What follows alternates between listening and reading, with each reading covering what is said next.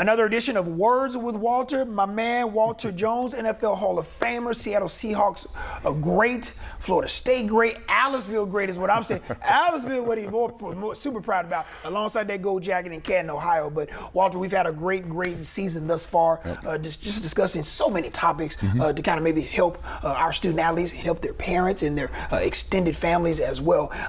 Tonight we discuss recruiting. I remember as just a fan, because I wasn't no good at no sports. I attempted to play basketball in Little League, but I vividly remember checking out like your top 100 players in the country, and that was it. I remember like there were no recruiting services. You had to maybe go to said school camp, or someone told someone about you, and coaching staffs would come to your school. Completely different now. You got a myriad of recruiting services that can get these kids potentially seen, known, and to the next level. For you, you're removed from the game enough that you have friends and family members and siblings and sons and daughters like that are part of this world now. How in the heck do you try to navigate the world of recruiting? What's a committable offer? What's not? Who has your best interest at heart? Who doesn't? How do you navigate this world? I think you have to just study, man. I tell the young kids to be a student of the game, understand the game, and know your worth too. I think a lot of times, sometimes kids might over-evaluate their worth and stuff like that. But still, again, I think you have to know your worth and understand. You know, a lot of times these kids know what school they want to play with. Just understand. You know, a lot of that comes from the educational too. I think a lot of times kids want to play the game, but do they want to put the extra work in? Now, the schools don't play about your grades. You have to. I tell young kids all to this day, your freshman year is when it started. If you're thinking about playing football at the next level, that you have to be able to start getting your schoolwork as a freshman or eighth grader now these days. So you have to just make sure that these kids understand that part of it, because yeah, you can be great on the football field, but if you're not great in the classroom, it doesn't match. All they got to work in together. So that's the one thing I would tell kids. And then, like I say, don't be offended by a smaller school looking at you. A lot of times kids want to go to these big universities, and that's what their parents went to, that's what their family went to. But I always tell the young kids, if you're good, they're gonna find you no matter where you're playing at. It's just a matter if you're putting a good product on the football field. And I want to piggyback right into that. We have so many young people at the high school football level that has these dreams and aspirations of playing in Florida State, in the Miamis, in the Alabamas, in the Auburns, and your Power 4 schools. When in hindsight, there are so many opportunities for said player to continue to add film to their tape and continue to enhance their profile, especially in the world of the transfer portal. What do you say to young people that their minds, or they have the proverbial tunnel vision, and it is SEC, ACC, Big Ten, Pac-12? How do you try to navigate and let them understand, find the right offer for you? Just try to talk to them. I try to let them know. A lot of times, you hear all my accolades and you really don't hear the backstory. I can tell I didn't get my schoolwork when I was in school, but my travel was going through JUCO, and I felt like JUCO was the best thing that ever happened to me, because I just started playing ball till I was a freshman in high school.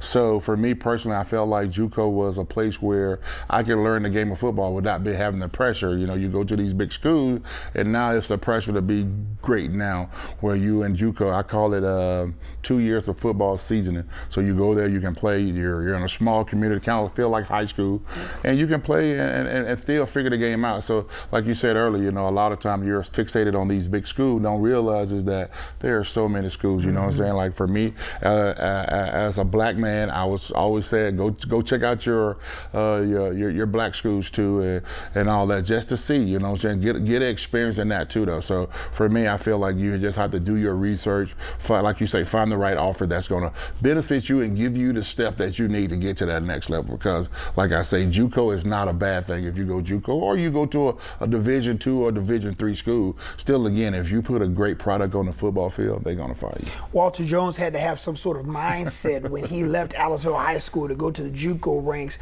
to be able to have that mindset to continue to move and navigate the trajectory of his career, which landed him at Florida State, which landed him with Seattle. The rest is history as an NFL Hall of Famer.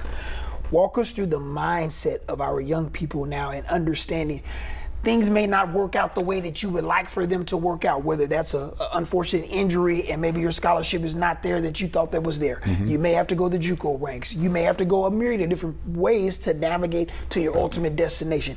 Mindset, and walk us through what you have to be able to make it. Like you say, mindset, I think is all about setting your goals, and then a matter of fact, being patient too. A lot of times these kids, you know, we all got kids, I got younger kids, and they want the same thing you have, but a lot of times they don't see the work that you put in, you know. Like my kids, you know, they see the nice car, the nice home, but they didn't see the work that I put in to get that. And still, again, it's a patient thing too. I think a lot of times these kids don't want to be patient and grind, you know. Like you say, you get an injury. Now, what are you going to do with this injury? Are you going to pout about it, or are you saying, I'm going to get better? I'm going to get this injury better, then the next time I'm on the football field, I'm going to put every foot forward. And so for me, I just tell kids just to be patient, man, because a lot of times kids want it right now, and sometimes you have to go through these, I call them hills and valleys. You know, I think it's part of life, and I think we all go through it no matter what stage of life you're at. I think we all go through the hills and valleys, and sometimes you have to assess the situation and take a breather and figure out how to fix it. And a lot of times these kids don't have that patience to say, you know what, I can go to JUCO, I can go and work on this, I can work on my school, and I can do all this, get college ready. And I thought JUCO helped me out a lot to get college ready, especially going from Florida State to going to a big school like Florida State, where now, you know, you're just a number, you just run through. So I thought JUCO definitely helped me out for that process to get ready for those big time schools. There is no substitute whatsoever for hard work in life. And there's no substitute for having the right proper mindset to go along with that hard work to be able to take you where you need to go. Words with Walter, we're here each and every week. Make sure you follow us on our 48 Sports Zone app, WAFF.com. We'll also have extras for this during our newscast on Wednesday evenings as well. Going to be an exciting final few weeks of the regular season as we head into the playoffs here in North Alabama.